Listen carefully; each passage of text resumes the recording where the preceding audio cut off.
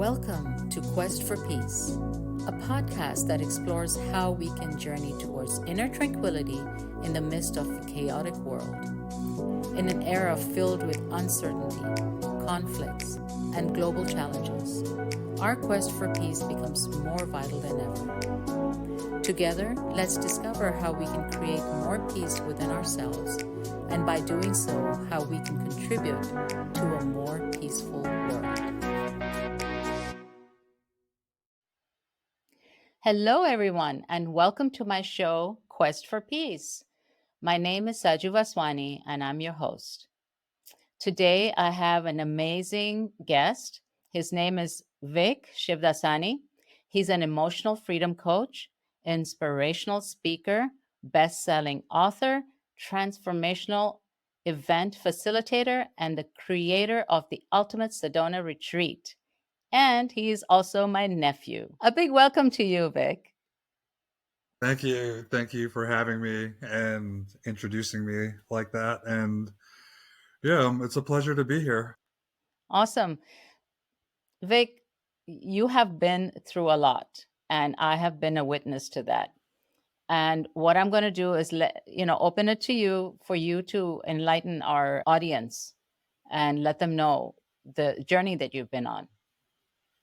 For sure. So back in 2006, when I was 22 years old, I was in college and I was a big partier. And one night on July 29, 2006, I had an accident where I fell off of a third floor apartment balcony that left me paralyzed from the waist down. And so it's been quite a journey from there. Really, not accepting and resisting this situation. It was a really tough pill to swallow. And so I was in resistance for a long time. I was trying to find ways to kind of come out of this, and we traveled around the world to try out all sorts of alternative treatments, and nothing really worked. And it really wasn't until I met this guru, really my dad's cousin, who's my aunt, Didi, who's in Pune, where we went to go visit her.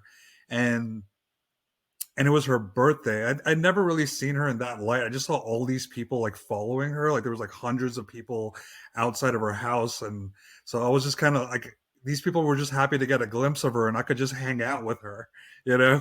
And so I just thought like, I really need to get some answers. And so one day when I was with her, I asked her, I said, Didi, I've tried all these things and like nothing has worked. And what do I do? And she said, if this is your life right now, how are you going to live it? And that's a thought, that's a message that completely transformed my life, because that wasn't even really a thought in my brain, like how could I live in a wheelchair? And so yeah, from then on it was really getting into a place of acceptance and moving forward. And from then I ended up moving out of my parents' house, and just seeing a lot of really interesting things. Like life has these things called synchronicities or coincidences. And I just started seeing that a lot of things I was thinking, things like wanting to play wheelchair basketball or getting a job, or things that I wanted to do to kind of become independent and move out of this stuff, life was always showing me pathways to do it, ways that would just pop up out of nowhere. Um, and I got super curious about life. And from that point on, I really wanted to understand like our relationship, the relationship between our thoughts and the life we're creating because of it, and how we can influence that. And so from then on, I just have studied with a lot of different people, people like Anita Marjani and Dr. Joe Dispenza and Donnie Epstein, to name a few, that has led me to now being a coach and helping other people on a similar journey. Thank you for that. However, I want you to share how this journey of connecting to all these people started. And I was with you when it started, along Yeah. with your mother, my sister, and Alka, her twin sister. I remember going to Wayne Dyer, and you were not interested, and your mother insisted, come on, it might, she was trying to help you get out of the negativity. So we all went to New York to see Dr. Wayne Dyer. And would you like to tell the story about how all that happened? As I said, like in 2010, I moved out of my parents' house and I moved to Houston and went back to school and all this stuff. And that's when I started seeing these synchronicities. So it was like I one of the main reasons I wanted to go to Houston was because they had wheelchair basketball. So I was driving down the road, and then like I see a billboard that said Abilities Expo, and it was this big disability event that had wheelchair sports in it that was happening literally the weekend after I moved there. And so I got connected with that. Another one was I wanted to get a job at these apartments that I lived at, and I would just think about it, like how cool would it be if I just woke up and was go to work, and then like literally a week later I got an email. And so I would talk to my mom about these little coincidences that would happen. And so she was really into Wayne Dyer. And so she was like, Wayne Dyer calls them synchronicity. That's how I learned the word.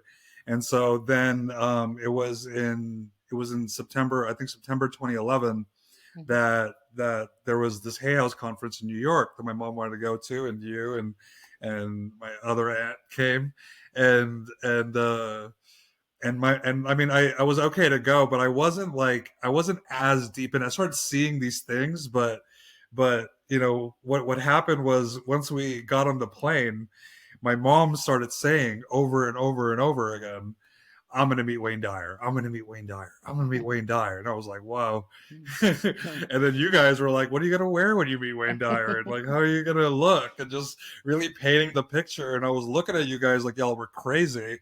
And I was just like, I didn't think it would it would happen in that way. But then we flew to New York. And then the next morning we went to the event and got to our seats, and my mom went to the bathroom to touch up her makeup and stuff, and then she comes out of the bathroom and Wayne Dyer's standing right there. Mhm. And so it was manifested, and so she started crying at at seeing this creation happen in front of her. And she went to him and wiped her, like hugged him, and she told him like my whole story, our whole story, what had happened, and that we've really been looking for answers, and a lot of his work has helped her. And she was able to manifest seeing him in that way. And he like wiped her tears and he hugged her and he was like, your son's here. He was like, oh, okay, and where are you sitting? And he was asking her these questions, and he just said, okay, well, I gotta get on stage now. So my mom my mom came, if you remember, when she came back to the seats, and she's just crying and frantic and just like, oh my god, I just met Wayne Dyer. And when I heard that, I was just like, wow, like really just blown away, like how, like, just not thinking that by saying it over and over again and connecting to that in the plane, that would happen. And then Dr. Wayne Dyer started his speech, and we're talking like, there's 2,000-3,000 people at this event, and in front of all these people, he starts his entire speech saying, "So I just met this lady, and there's sort of this accident that made him wheelchair bound." And and goes on to tell my story, and then he called my mom up on stage and gave her this purse that his daughter made. As a gift. And then she came back, and he called me out. I raised my hand, and he said, I want you to really pay attention to what I have to say today. And the entire talk was mastering the art of manifestation. I say this in all of my events and all of the things, but this moment in my life was the catalyst to me becoming who I am, for sure. Isn't that amazing? We manifested it. We manifested it. It was crazy. I also manifested at that time when I saw Wayne Dyer on stage. I turned to my sister and says, I can do this. And that's, I think, a year after that, we started our nonprofit called Infinite Love, and we've been doing a lot of um, this kind of stuff. So, yeah, manifestation is a real thing. Um, I also wanted to talk about what you're teaching right now, right? You're teaching how to manifest basically, and you have the 5 steps to transformation, and I know you've done workshops here at Infinite Love and there in Sedona where you are right now. So tell us more about that. Yeah, so when we think about manifesting, it's this idea that our thoughts, our feelings, our actions, everything that we are is what is manifested. And so some people think about manifesting as like, I'm trying to manifest this house or this whatever. And if you're manifesting maybe a bad relationship or less finances or whatever it is, if that's like, the point is like we're always manifesting. So life is always giving you feedback on where you are in any certain situation. And so when you know that, then it's really about doing the inner work to clear these thoughts, emotions, beliefs that are not serving us anymore. And we've learned so much growing up, with society, with family, with religion, with whatever it is that you're exposed to. That eventually there's whatever fears or emotions that are not really being held become trapped in the body and run a lot of our negative thinking and emotions and feelings. And it's a lot of times it's their memories that we don't want to go to, we don't want to uncover or connect to. But in order to truly manifest the life that you want, you really got to get in there and heal this stuff. And so that's where I've written. And by the way, I wrote a book, Rolling with It: Lessons Learned While Sitting Down, where I talk about the 5 steps of transformation. And really it's like the 5 steps of overcoming any challenge, 5 steps of transformation, 5 steps of manifestation, whatever you want to call it. And it really comes down to this. It's the first thing is acceptance. It's acceptance of where you are right now without the need to change it, without the need to feel better. A lot of times we get triggered, and the first, like, we go into an addiction or whatever it is that we want to do to kind of like dissipate the pain or like not have to feel that. But really you want to get into a place of that first step of acceptance of like, okay, this is happening, I'm feeling anxiety, the situation, whatever's happening in your life is causing me to feel a certain way. Accept that situation. Once you're in this acceptance, then you get to the second step, which is identify the fears. So what are the actual fears in the moment that are causing you to feel that emotion, to feel that fear, to feel all that? And it could be many different things. Maybe you're afraid of talking to authority, maybe you're afraid of going up in front of a speech, maybe there's a lot of unknowns in life that cause these triggers. So really just identifying whatever it is that's causing you to fear. Once you have that, then you got to release that energy, release the emotions from the body. And there's multiple ways, multiple modalities to do this. You do this, you can meditate. And I put an asterisk with meditation, because meditation definitely helps to open up and feel emotions and let emotions come up. But sometimes we get really good at meditating and really good at just changing our state that we don't actually go into the emotion. So I'm saying meditation with an asterisk, right? Then there's things like tapping. Probably the most potent thing is like breath work and also journaling, different things to help you get yourself into the energy and like really clear that. Every time you release an emotion, every single time you clear energy, you get into a place of clarity. You almost like you feel lighter. And that's the fourth step, really connecting to your clarity. Your clarity is your intuition. It's the GPS of your soul. It's guiding you to your highest happiness, to your best possibilities. So essentially, like, the more you do this work, you're connecting to this deep place within you that is that is guiding you, that is really the space of um, stepping into the things that you actually want to do, and you have clear steps with that. And most of the time, if we don't have a lot of emotions and thoughts kind of going on, then there's a lot of noise going on, so it's hard to get to that clarity. You clear the energy, it neutralizes, you're in a peaceful present state, you're able to connect to that clarity. And then the last piece, the last step after you're connected to the intuition, connected to clarity, you're creating a vision with what is the life that you actually want to live, or what if you microsize it and whatever fears are happening in that situation, how do you actually want to look at that situation going forward? How would that look like? How would you feel? And really connecting to that vision and those feelings. And these 5 steps, essentially, it's for manifestation and overcoming a challenge, but it's also for like rewiring yourself to live that way. And I've found that that in these steps you have a lot more lasting change when you're able to go through this process. Yeah, I can see that.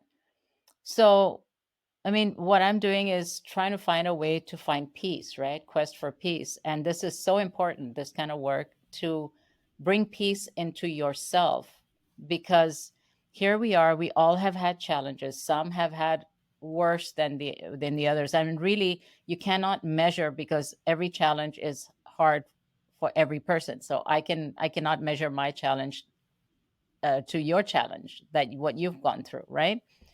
But once we have, this is what I'm understanding from what you're saying is, you've had a challenge For or you've sure. had emotions, and then something happens because something triggers you, because this is from your past challenge, something that you have, gone through in the past, and it's still there because you haven't cleared it out. Am I right? Is that what you're saying? So you haven't cleared it out. So you're being triggered. So now, because you're being Mhm. triggered, Totally. um, you have to figure out how to clear this from your body. So you can do it either through meditation or through breath work or tapping. Now, I really believe in meditation, and I think that really helps. And I Mhm. also love the breath work. And I remember you had talked about Kriya breath, the breath work we did in Kriya meditation. And I remember, can you talk about that? Can you tell the audience how that breath work is done? Mhm. Because Yeah, that you had told me at one time, you just have to do it and not worry, and whatever emotions are stuck will just come out, and you don't have to know which emotions are stuck. You just do the breath. So would you talk about that, and perhaps show us how to do that? for sure. First, with triggers, and I think this is an important piece, is that with triggers, a lot of times when you're triggered, you're focused on the current situation or the current person that triggered you. And as like they're the problem and you're the victim of that problem and that situation. And triggers, as you just said, it really comes from like past experiences. The only reason why you have a trigger is because there's an unresolved trauma, unresolved emotion within you that needs to be healed. So your brain kind of like, we live life and our brain is like looking at life, and then something happens and it's related to this unhealed part, and it's like your brain's like, oh, this reminds me of that situation, so I'm going to bring up anxiety and I'm going to bring up fear and I'm going to bring up these, whatever that is. And so you're in it. And so the awareness here is to know that there's something, that this is only happening because it's related to something in your past.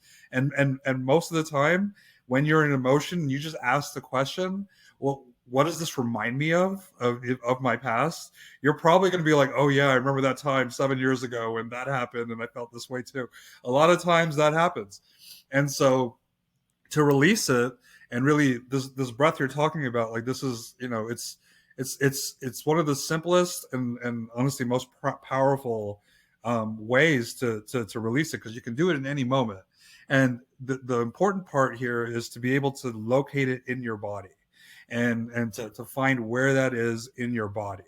And so how you would do this is basically you would close your eyes and you would just breathe in and out through your mouth. The reason why you inhale and exhale through your mouth is because that allows us to get our awareness more into our body. A lot of times we're in our head. And so like sometimes I'll work with people, I'm like, where do you feel in your body? They're like, I feel it in my head. I'm like, if you feel it in your head, you're in your head, right? And we want to get into the body. We only heal it when we really get into the body. And we're so used to just being up here. Most of us are just cut off from feeling, and really connecting. And a lot of our this stuff is stored there. So we really want to open that up.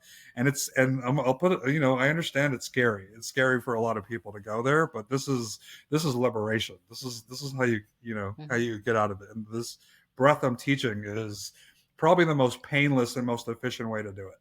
So whatever the thought, whatever the fear, whatever the trigger that's happened, you want to kind of just keep that in your mind. And keeping that in your mind, closing your eyes, inhaling and exhaling through the mouth. And as you do that, you're just going to connect to the body. And if you're familiar with the chakra system, you're really kind of relating this to the chakras. So you're going to scan the body around, the lower stomach and the diaphragm and the chest, shoulders, back, sometimes throat. So you're just going to kind of close your eyes, breathe in and out through your mouth, think of, like, connect to that fear, that trigger, whatever that is. And as you do that, you'll notice wherever you feel tension, tightness, or heaviness in your body. And once we're able to locate where it is, then the second step is to really just connect to that location with your awareness, just connecting to wherever that is, and just focusing in that area and taking a deep breath in as if you're breathing right into that location, and then exhale. And you'll feel it get a little bit looser and lighter. And if you spend a minute or two just in that location, bringing breaths into that area, it'll eventually just dissipate. And that emotion, that charge that you felt from that trigger is going to neutralize. And one of two things happen. Either it's not a problem anymore, whatever it is that caused you to feel like you don't even care, like it's not a thing, or you have some sort of step or some sort of feeling of like what to do next. Maybe it's a conversation, maybe, whatever, there's an action to do. And so yeah, that's essentially it. I don't, we're describing it here, but yeah, if there's anything else that you want to, tune into, or even like you do it here for a second, we can. Well, we can. Do you want to do a little sample for the audience? I'm not going to do it Well, for the audience. oh, okay.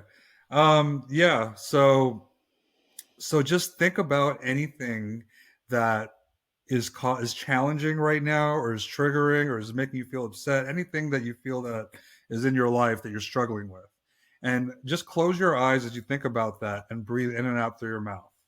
Just opening up to the body, breathing really all the way, really all the way down to your toes to open up the channels. And as you do that, connect to where you feel any area of tension or tightness or heaviness. Once you find that, connect to the area and just breathe into it.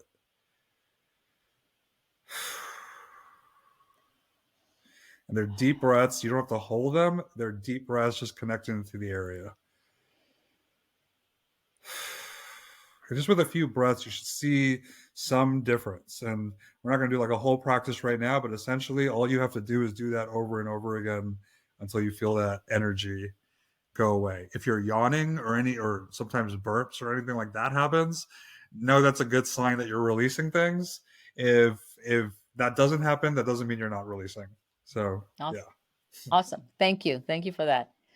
So I know you've met with a lot of people that are out there who are speakers, and you've really come a long way from where you were at 22 when you were out there partying.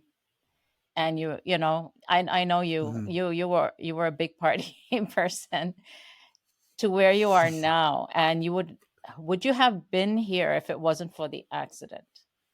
So the accident and being in my pain and my helplessness really is what caused me to ask the deeper questions, and what is this place, why are we here, who am I, like, really asking me, like, trying to get into a space. So I think my situation really put me in a corner, so to speak, to to tap in and to question and to surrender. I mean, there's a lot of things I've had to deal with in this situation that has really caused me to surrender, and to, because there's so many things that I'm not necessarily always in control of, and sometimes there's obstacles in a wheelchair that I got to deal with. There's just so many challenges that always kind of like show up. So it's a combination of like surrender and like believing in myself that has kind of like got me into the space that now I'm able to,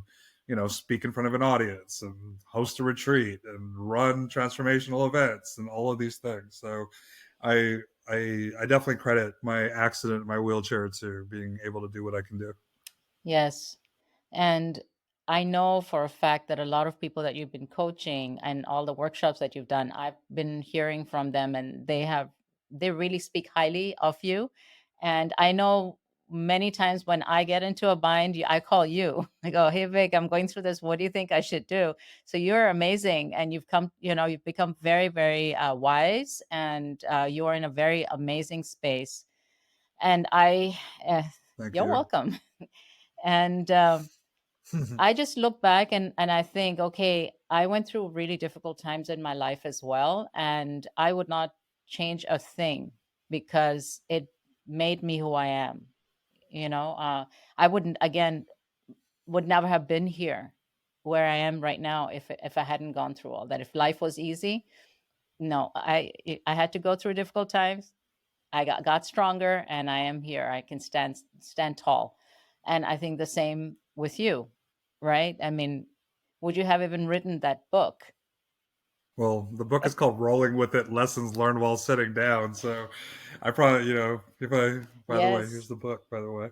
And it's this whole, it's my whole story and everything that I've, really, I'm pretty vulnerable in it, and share a lot of the hardships that I had to go through and the challenges and how I overcame it, and the people I met and all the, experiences I really had. And like, as you said, like, I think that there's, I was in college studying finance and accounting, and really only because that's what all the other Indian kids did. And and so like I really wasn't connected to myself. I wasn't sure about what I wanted to do, or where I wanted to go. And this situation gave me a lot of purpose. And I think because of everything I've been through, I've really felt like some really, like, the depth of human emotion. I think I'm, it's really allowed me to be super empathic, that I really can, no matter, even if I haven't experienced what someone else has experienced, I've definitely experienced the feeling. And and and just with that, I'm able to connect with people in very profound ways. And so yeah, it's amazing. It's not, if you asked me this in the beginning, 17 years ago when this whole thing started, like, I would have said you were crazy, or like that I would be this person today. But I'm blown away myself that I'm able to do what I'm able to do with other people. And I'm just here kind of doing God's work in a way, and whatever I'm here to do. And it gives me pleasure and joy to help people change their lives. So it's an interesting place to be, for sure. And definitely not my, it wasn't my doing to decide this. I feel like it's just been the flow of life. It's what you were meant to do, what you were meant to be, right? Right. Right. I have not read your book, only because I think you know that, only because I started reading it and it took me back to, because I witnessed everything. I was there, and it It triggered triggered you. me, and I still cannot I still cannot pick that book up. So maybe Yeah. one day, but I don't want to relive. One day, I one don't want day. to relive that. So I think it's probably easier for people to read when, if they weren't there. It's more of like, I'm painting the picture and saying the story. And a lot of people have said they've read my book and they go through a whirlwind of emotions, from happiness and laughing, because there's funny moments in there, and then to crying, and to feeling sad. So I do take you on like a roller coaster of emotions. But I also understand if you were there, and I'm painting the picture pretty legitly as it was. And it was a tough time, and not an easy place to go. yes, but I'm just very proud of you for what you have become. So tell me, for all the people that you coach, what are the main issues that are happening out there? What are the issues? What are the problems that people are facing? Majority. Well, one, I mean, I think this is big for everyone, but there's relationship issues. And relationships are like your biggest mirror. And so they really triggers deep parts of you. And if and a lot of people, they get, they may find other partners, or like, feel like whether it's, whatever the situation is. But a lot of times they're not actually doing the work within. And if you don't do the work within, you're going to keep manifesting the same partner, you know? And so essentially, if you're with someone and, hopefully they're open to healing. If they're not open to healing, that's another conversation. But if you're in a situation, and that's a lot of situations that's come to me recently, is that I've had a lot of relationship issues where people are, not sure if they want to stay, marriages of, 20 plus years. Is like, is this gonna, continue? And it's been amazing to kind of uncover a lot of things in some of these relationships, because when you realize that right, because it comes back to those triggers, you're like blaming the person for why you feel a certain way. But when you kind of uncover it, you start realizing that a lot of these things are connected to your parents and how you grew up, and like how, and all that, and heal that. It can change a lot in your relationship if both parties are willing to go there. I've had a number of sexual abuse cases. I mean, people who were sexually abused when they were kids, and I've had quite a few in the last couple months that have come to me. And what's amazing about like these techniques and the things that I do is, we're just moving energy. I'm just finding where the energy is trapped in the body, and we're clearing it. And so it's not, and so, sometimes we got to revisit the memory and different things, but mostly the more we can move the energy, things change. So I've had a lot of people with sexual abuse issues where a lot of times they have energy stuck in their throat, because in those situations they were not able to speak up. They didn't have the courage to speak up. And so the rest of their lives, their throat is blocked. They're not able to speak up in so many different situations that are not related to anything sexual or abuse, and so there's been a lot of that. There's let's see, relationship. Oh, and then there's career changes, or people being in a job or in a situation that's just not resonating with them anymore. And so there's a myriad of challenges that kind of happen in that way, but I think those are the main ones. And do you find anybody, because of the way the world is right now, a lot of people are angry. Have you come across anything like that? Well, like they're angry at the world. Yeah, anger, or more anxiety, right? Like people have a lot of anxiety, and Okay. or even depression, unlike the things that are kind of going on, and you're like stuck on the news and you're seeing, the situations that are happening, and they're happening. It's hard, like how do you be happy when everything around you looks gloom? And so, it comes back to the inner work, because whatever it is that's outside of you that's causing you to feel a certain way is within you. And it's a really good kind of metaphor, in a way, that if all these things are happening in the world, right, there's some level of that conflict that's happening within you. And if all of us can connect, like see that fear that's happening, and really go back within and see what is that in you? How can you resonate with that in you, and the conflicts you have within yourself, and clear that? If we all just took the responsibility for ourselves to do that, we would live in a completely different world. We live in a completely different place, because all of this stuff is happening because of toxicity and unhealed emotions at the end of the day. And anxiety and depression and things like that, I like to give the analogy that we're all a bit emotionally constipated, and essentially anxiety and depression is just an accumulation of emotions that haven't been dealt with, that are stuck in you, right? And so when certain things happen, it triggers those emotions, and then now you have a lot of anxiety and you don't know what to do. But it's about going within and clearing that, just in the ways we've been speaking of. Yeah, and I absolutely agree. And I always say the same thing. I said, well, what's going on outside? And if it is triggering you, what's going on inside of you? Because what is outside is inside. And if, like you said, if each of us took the responsibility of healing ourselves, that's the way to bring peace in this world. Because if we are not healed, we are going to be triggered. We will shout and scream and stand in line and, hit people or buy a gun, or, it's all that anger and anxiety that's inside of you. And you're going to do all that. But if you work on yourself, if you work on getting rid of all these emotions, you will have not you will be at peace. And if you're at peace, you'll resonate that peace around you. The people around you will pick up that peace, and it'll get, multiply. So yeah, 100%. 100%. Well, I think you know that you made some really good points there because I mean, number one, why does it resonate to other people? It resonates to other people because we have an energy Mm-hmm. field, right? That extends outside of our body. Like we literally emit frequencies, and like if you thought about radio waves or TV waves, like how do they pick up, you know, the picture or the sound that comes through and all that? It's these invisible waves that are being, you know, projected and sent out that your radio tunes into when you go to the channel. So in the same way, you know, you do the inner work and you're vibrating at a certain frequency. If you're anxious, you're vibrating at that frequency. You're, you know, and people feel that, right?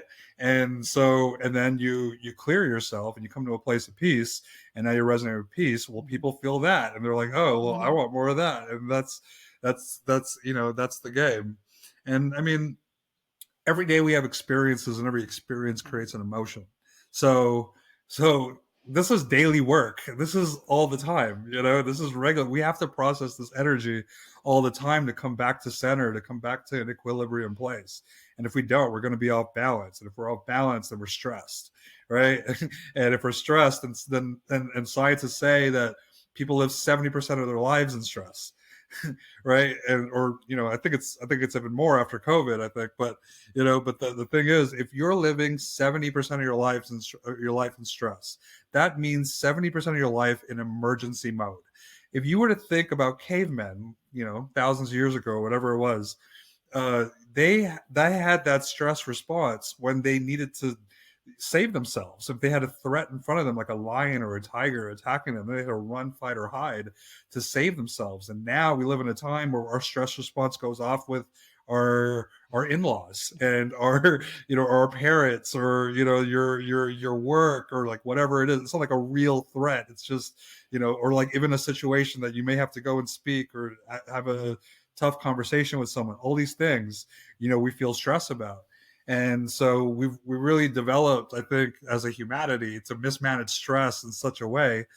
And so if we knew that our natural state was to be in peace, to be in that calm level, not to be, you know, all of that. Because if you're 70% of the time in stress or in emergency mode, your body is actually siphoning energy out to your arms and legs because it thinks there's a threat and you need to run, fight, or hide to save yourself. And so if that's not happening and 70% of your life is living that, then what happens? Your body doesn't have enough energy to for your heart to beat as properly and pump the blood, to digest your food as properly. All these things over time, we have body breakdown because of this, and a lot of, you know, immune conditions, and you know, kind of like things like that. So it's a big part of our health too, to be this way. It's not just for, you know, being calm and relaxed and connected, but even for our health and the way we navigate the world, you know. And it's just a benefit for everyone because everyone you meet is gonna, if you stay in that frequency, you're gonna affect everyone you meet in a positive way. Absolutely. And for me, meditation, breath work, and speaking to a coach, just to have someone to talk to, that's the best way to get yourself into peace. It takes time. It's not going to happen overnight, but you have to be constant with it. Just like when you want to exercise, you have to continue doing it for you to see results. And this is the same thing. We have to constantly be on it. And then you will get to the place of peace in your mind, in your body, and then you will send it out. So I'm a coach, right? And I've worked with a bunch of different coaches too. And um for myself, and what I've realized is, and also gone to a bunch of workshops and events and things like that, but all of these things are all to help you open up your awareness to identify and see the things that you need to heal. And so there's we have so much awareness in ourselves and what we're able to catch and identify within ourselves. But you know, in my work with people, and with when people, you know, when I've worked with other people, it's they're catching your blind spots. There's parts that you're not really tapping into or not able to be aware of. And if you're working with someone that's further along in the journey than you are, then it's kind of a shortcut. Like you're really using this person's brain to analyze your situation, and to uncover the things that you weren't able to detect yourself because you're in a different part in your journey. So all these things are super beneficial. And yes, meditation for sure. Breath work, journaling, doing these breaths that I'm saying. If you get into energy work, like all of there's so many ways to kind of get into this, and it's really, spirituality or healing is like a buffet, Mhm. and it's really about like, what plate do you want to eat? What are you putting on your plate? Because there's no wrong way to do it. It's just about going in and being willing. Willing is an important factor, and then kind of seeing where you're called. Because if you hit roadblocks and things like that, there's people out there that can help you get out of that if you can. Very true. And so this is a perfect segue into talking about your retreat that's coming up in Sedona. Let's hear about that. Yeah. Yeah, so this has been a bit of a passion project and an idea for a couple of years. I have a really weird relationship with Sedona. Like I moved here for the first time in early 2021, but the way it happened was ridiculous. Like it was well, I went to so Sedona is known as a vortex, right? It's a place of healing energy, and what that basically means is that there's specific meridian lines of the earth called ley lines that and when multiple of these lines meet in a certain location, it creates this giant electromagnetic field. And so when you're in a place like this, just not in our back to thoughts, feelings, and emotions, all of that is also electromagnetic energy. So when you're in a place like this, it's healing because it really brings up stuff just by being here. And and and so back in August 2020, I went to my first vortex, which was Mount Shasta, and was met a lot of healers and a lot of really cool people, and had some really interesting experiences. And just weird. There was one dude, Ryan, that I kept bumping into like throughout the town, and he lives in Sedona. And so I hadn't been to Sedona yet, and then we just kind of exchanged info. And I went home to Texas, and 2 months later, I just get this thought. I get this download that said, "You've never been to Sedona. Go check out Sedona." And I was like, "Who said that?" Like I was like, "Where did that come from?" And so I just completely second guessed it. And then a month later, I spoke to this other lady that I met in Mount Shasta, who's kind of a psychic channeler person, and we're just having a conversation out of nowhere. She goes, "Are you thinking about going to Sedona? Because I'm getting everything about going that you should go." And I was like, "Whoa!" Like I didn't tell anyone that. And then so I said, "All right, universe, if you want me to go to Sedona, send me one more sign." And a week later, my friend hits me up, unrelated to anything, and he just texts me, "Hey man, I just came back from Sedona. You would love Sedona." So like these things happen. A month later, I booked a trip, went for 4 days. Was blown away by this place. There's red rock mountains everywhere. It's like you're living in a national park.